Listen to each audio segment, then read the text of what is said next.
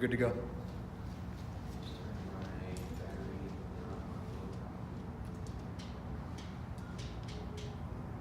Okay, so how's it going, everybody? Good. Good, awesome. Today we are here to talk about roles. So for right now, you can just put your sticks on your stand.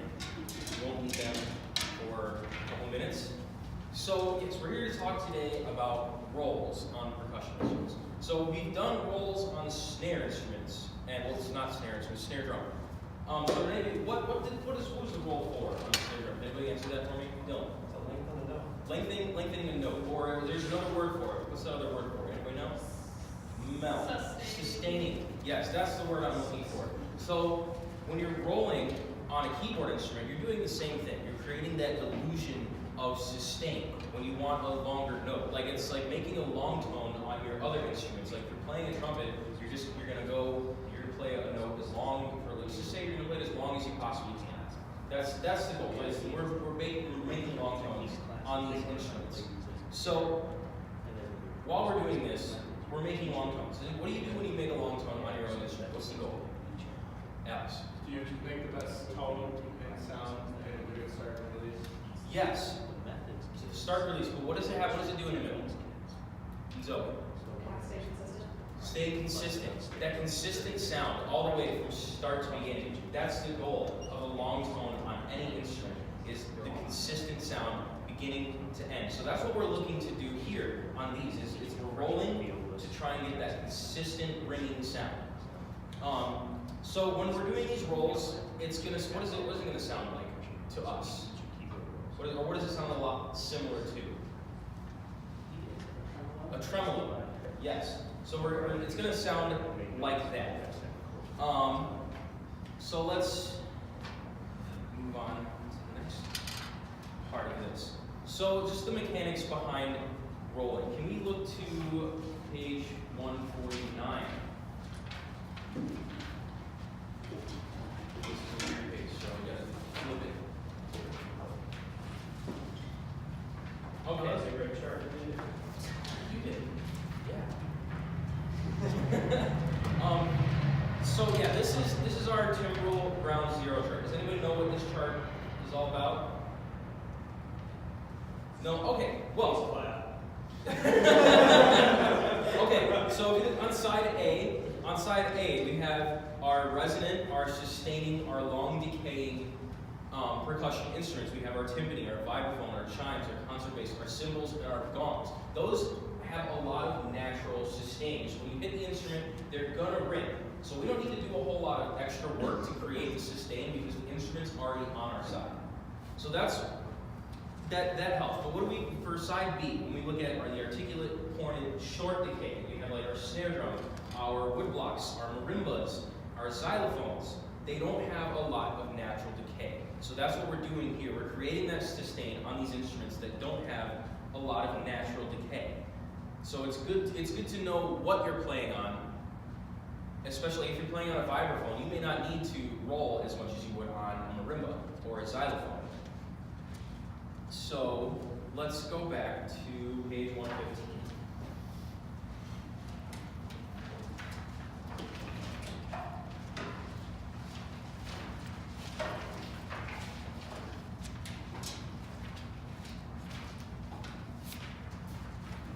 So we classified our instrument as needing a lot of manipulation to sustain, or does not need a lot of manipulation to sustain. It looks like only Alex and Mel, if we were using the pedals, wouldn't need to create a whole lot of sustain.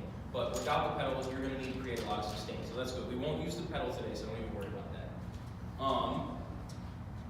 So you guys can pick up your sticks and just don't play yet. But so when we're talking about our instruments, just the actual instrument itself, what affects our roll speed? Like what? Where in the range you are.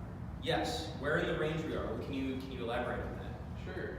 So the lower notes have a more natural longevity to them. Yeah. That Exactly. So the lower you are in the range on your instrument, the less manipulation you need to do. The higher you are, the more manipulation that you need to do. What else affects roll speed, Dylan? Dynamics. Dynamics, yes. So if you're playing softer, you may not need to create as much manipulation. If you're playing louder, you're gonna be hitting it hard, so you're gonna want to try and eliminate as much of that attack sound as possible because you're gonna be making a strong attack on the note.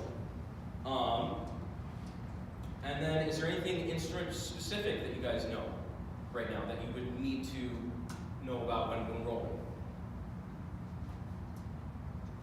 Dylan? Playing the correct playing spot. Yes, excellent. That leads me right into my next point. So, while we're doing these rolls, you really want to consider playing spots. So you want to be over your rails, or at least one of them on the end, to create the most sustaining sound. Because, let's say I'm right here. Don't do it there. Do it like we're Corbin. Okay, so let's say I'm right here. With Corbin's Yeah. mouth. I think I know what he's about to do, and you'll hear it better. So I'm right here. I'm on the rails. I'm just gonna unmeter. I'm just gonna. And so what if I change my playing spot to something right here in the middle?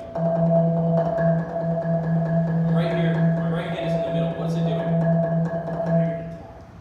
Yes. You hear an extra attack. And there's less ring.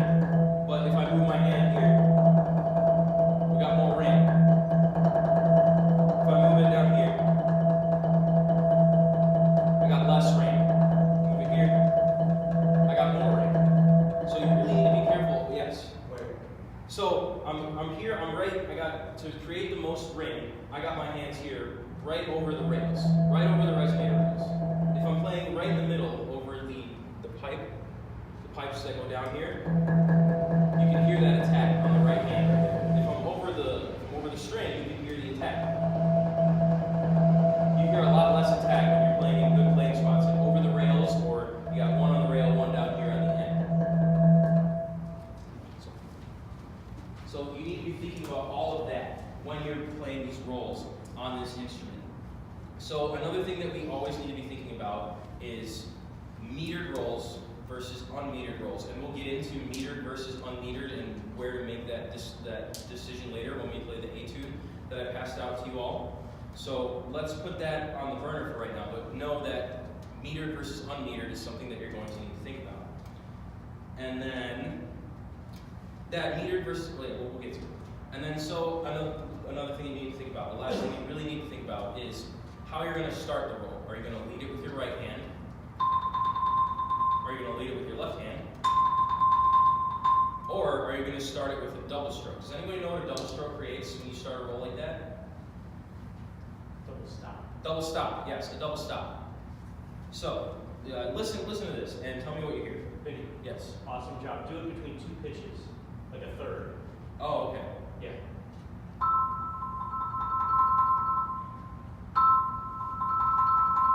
Alex. It starts the noise, the pitches, and the sound before you start rolling, and then you build into the roll. What kind of sound is that, Corbin? Like a 40 piano. Yeah, like a forte piano or a sforzando. So if you're seeing that on a page and you're rolling between two notes like that, that may be something that you want to consider, is because it creates that effect naturally without having to hit harder or So it's. Did everybody try that just on your own? Just go ahead and try that.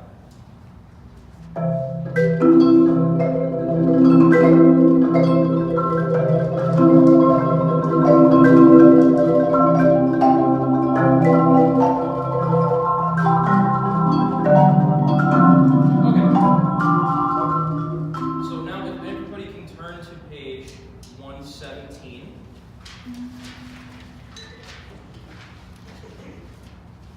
We have our exercises here. I'm going to turn on the metronome here. I got you. Thank you. About 72. A little faster. 82. Let's go even faster. 92. I'll pick. Okay. Okay. Just a guy that walked into the room that's picking the tempo.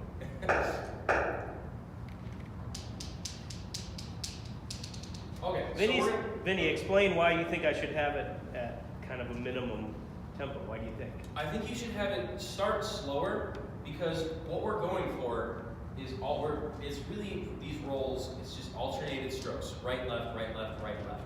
And it really needs to be fluid to get the best ring out of the roll. It's got to be fluid, it's got to be even. So in order to attain that fluidity and that clarity and the evenness of the roll, you start slow and then work your way up in tempo.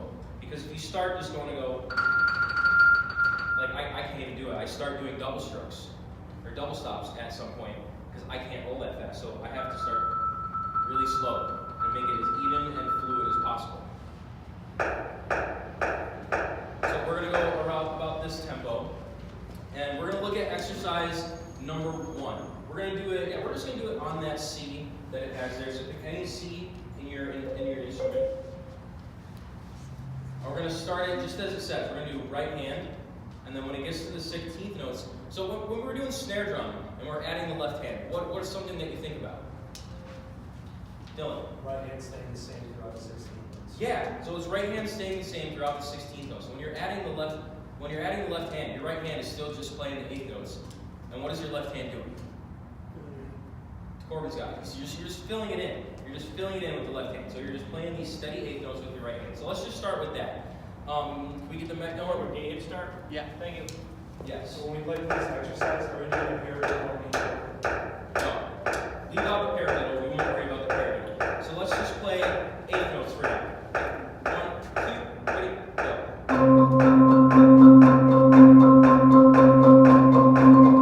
Just 8th notes.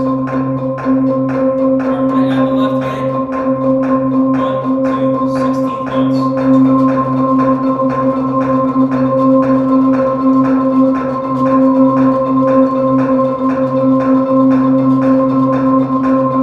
Okay, that's good. Alright, so let's do this exercise number 1, actually, for real. So we're gonna read it, we're gonna do the repeat, we're not gonna do the parody.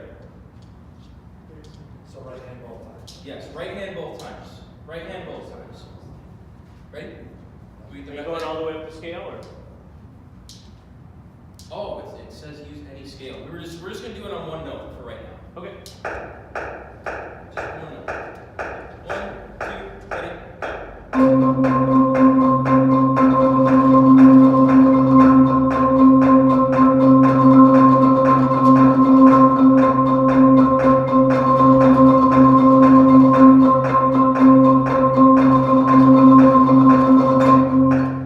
Good. I'm going to take a second here Yes. because I'm going to run out of time to do my normal fact checking at the end, and then we'll continue with the etudes in a second. Yes. Okay? So here's what we're going to do. We're going to go all the way up the scale. When you get to the top C, you're going to put a repeat sign on the 16th note. So the last one will be.